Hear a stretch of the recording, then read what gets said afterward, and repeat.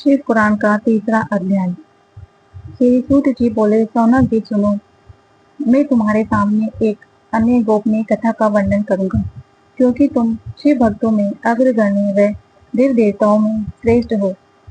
समुद्र के निकटवर्ती प्रदेश में वाशकल नामक गांव है, जहाँ वैदिक धर्म से विमुख महापापी मनुष्य रहते हैं। वे सभी दुष्ट हैं एवं उनका मन दूषित विषय भोगों में ही लगा रहता है। वे देवताओं एवं भाग्य पर विश्वास नहीं करते।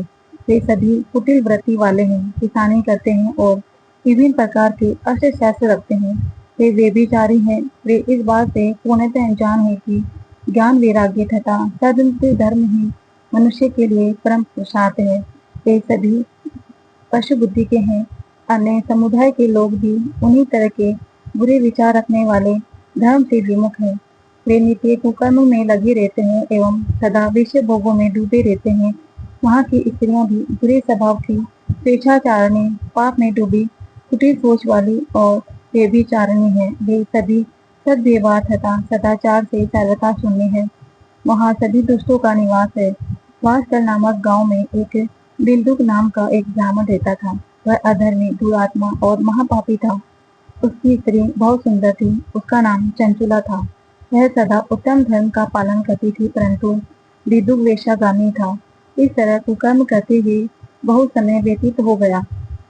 उसकी स्त्री काम से पीड़ित होने पर भी सर्वधर्म नाश के भय से क्लेश सहकर भी काफी समय तक धन भ्रष्ट नहीं हुई, परंतु आगे चलकर वह भी अपने दुराचारी पति के आचरण से प्रभावित होकर दुराचारणी बन गई और धर्म से विमुख हो गई। इस तरह दुराचार में डूबे हुए पति पत्नी बहुत सा समय व्यर्थ बीत गया। वेश्यागामी दूषित बुद्धि वाला वह दुष्ट ब्राह्मण विदुक समय अनुसार मृत्यु को प्राप्त हुआ, नरक में चला गया। बहुत दिनों तक नरक के दुखों को भोगकर वह मूढ़ बुद्धि पापी विंध्य पर्वत पर भयंकर पिशाच हुआ।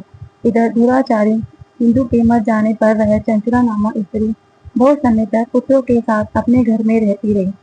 पति की मृत्यु के बाद वह भी अपने धर्म से गिरकर परम पुरुष का संग करने लगी। सतियां विपत्ति में भी अपने धर्म का पालन करना नहीं छोड़ती। यही तो तप है। तप कठिन होता है, लेकिन इसका फल मीठा होता है। पीछे यह सत्य को नहीं जानता, इसलिए विषयों के विष फल का स्वाद देते हुए भोग करता है। एक दिन देवयोग से किसी पुण्य पर्व के आने पर वह अपने भाई बंधुओं के साथ गोकर्ण क्षेत्र में गई। उसने तीर्थ के जल में स्नान किया और बंधुजनों के साथ यत्र तत्र घूमने लगी। घूमते घूमते एक मंदिर चली गई। वहां उसने एक ब्राह्मण के मुख से शिव की परम पवित्र मंगलकारी कथा सुनी। कथावाचक ब्राह्मण कर रहे थे, जो स्त्रियां व्यभिचार करती है वे मरने के बाद यमलोक में जाती है तथा यमराज के दूत उन्हें तरह तरह की यंत्रणा देते हैं। उनके साथ कामांगों को तप्त लोहे दंडों से डालते हैं। तप्त लोह के पुरुष के साथ उसका संसंग कराते हैं। ये सारे दंड इतनी वेदना देने वाले होते हैं कि जीव पुकार पुकार कहता है कि अब ऐसा नहीं करूंगा, लेकिन यमदूत उसे छोड़ता नहीं। कर्मों का फल सभी को भोगना पड़ता है। देव ऋषि मनुष्य सभी इसे बंधे हुए हैं। ब्राह्मण के मुख से यह वैराग्य बढ़ाने वाली कथा सुनकर चंचुला भय से व्याकुल हो गई। कथा समाप्त होने पर सभी लोग वहां से चले गए। तब कथा बांटने वाले ब्राह्मण देवता से चंचुला ने कहा, हे ब्राह्मण, धर्म को न जानने के कारण मेरे द्वारा बहुत बड़ा दुराचार हुआ। स्वामी, मेरे ऊपर कृपा करके उद्धार कीजिए। आपके प्रवचन को सुनकर मुझे इस संसार से वैराग्य हो गया।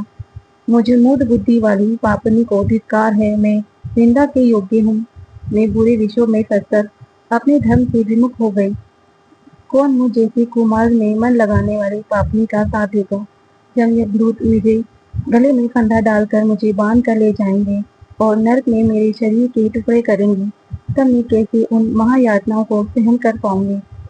मैं सब प्रकार से नष्ट हो गई हूँ, क्योंकि अभी तक मैंने हर तरह से पाप से डूबी हुई हूँ। हे ब्राह्मण, आप मेरे गुरु हैं, आप ही मेरे माता पिता हैं। मैं आपकी शरण में आई हूँ।